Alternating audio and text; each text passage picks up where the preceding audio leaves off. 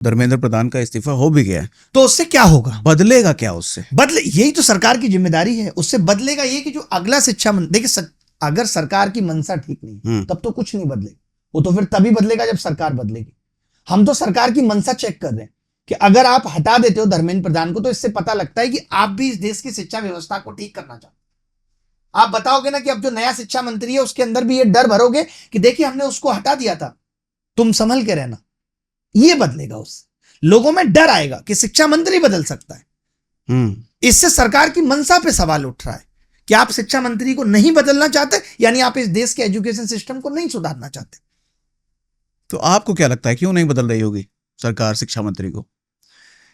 उसका एक यही लॉजिक हो सकता है कि जब ये इतना बड़ा रेवेन्यू मॉडल चल रहा है और सरकार का इंटेंट शिक्षा व्यवस्था सुधारने से ज्यादा इस चीज पे है कि ये शिक्षा व्यवस्था पैसा कितना कमा के दे रही है, और वो अगर ठीक चल रहा है तो फिर सरकार क्यों बदलेगी? नहीं बदलेगी।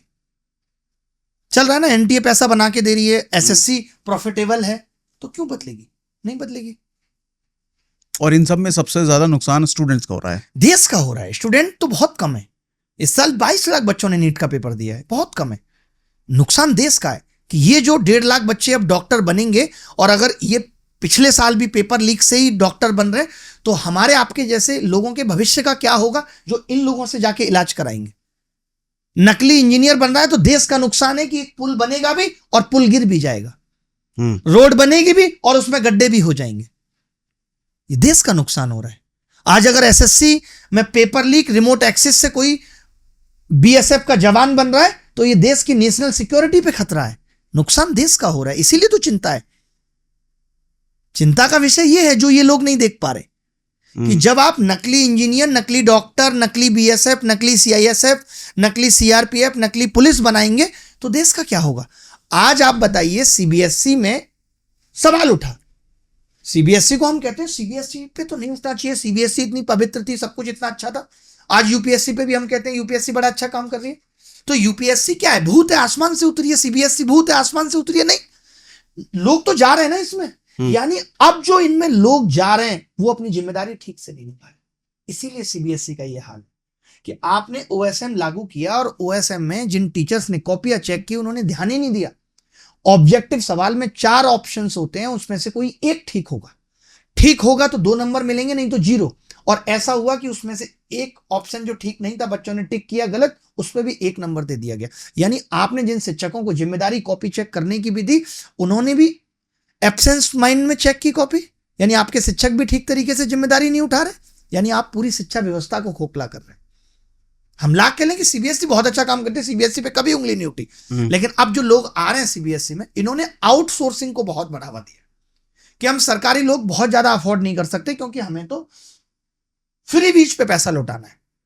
कहां से आप लोग लेके आओगे? खुद शिक्षा मंत्री ने माना है कि एनटीए में बहुत आउटसोर्सिंग है। आउटसोर्सिंग का मतलब है 4 महीने 5 महीने के लिए लोगों को रख लिया कॉन्ट्रैक्ट पे। आज आपके यहां भी जो लोग काम कर रहे हैं वो तब तक मन लगा के कर रहे हैं जब तक उनको पता है कि सिन्हा साहब के साथ लॉन्ग टर्म है। अभी आप दीजिए किसी को नोटिस कि 3 महीने बाद निकाल देंगे, 3 महीने कुछ काम नहीं करेगा, बल्कि आपका नुकसान पहुंचाने की कोशिश करेगा। तो जिसको जिम्मेदारी बड़ी देनी है उसको आपको भरोसा भी बड़ा देना पड़ेगा कि आप लंबे समय तक हमारे साथ काम करेंगे। मेरे मन में तो ये भी सवाल आता है कि ये अलग अलग बोर्ड अलग अलग स्टेट में है क्यों? एक बोर्ड क्यों नहीं हो सकता पूरे देश में? अभी उनका फोकस है एक देश एक चुनाव पे। शिक्षा पे है कहां फोकस? हो सकता है, बिल्कुल हो सकता है, क्यों नहीं हो सकता, लेकिन इससे कोई बहुत नुकसान ऐसा नहीं है कि एक बोर्ड है या ज्यादा बोर्ड हो जाएंगे तो कोई नुकसान वाली बात है, ऐसा कुछ नहीं है। यार काम तो ठीक से हो। सीबीएसई अपना काम नहीं कर रहा, एनटीए अपना काम नहीं कर रहा, कोई एग्जाम आप ठीक से कंडक्ट नहीं करा पा रहे, देश को किस दिशा में लेके जाओगे आप? आपने तो जो लोगों को भर्तियां कर रहे हो वो नकली तरीके से कर रहे हो, लीक के जरिए कर रहे हो, पैसे से नौकरियां बिक रही हैं। आप कैसा देश का भविष्य देख रहे हो? तो ये सब बड़ी चिंता की बातें हैं, चिंता का विषय है देश के लिए।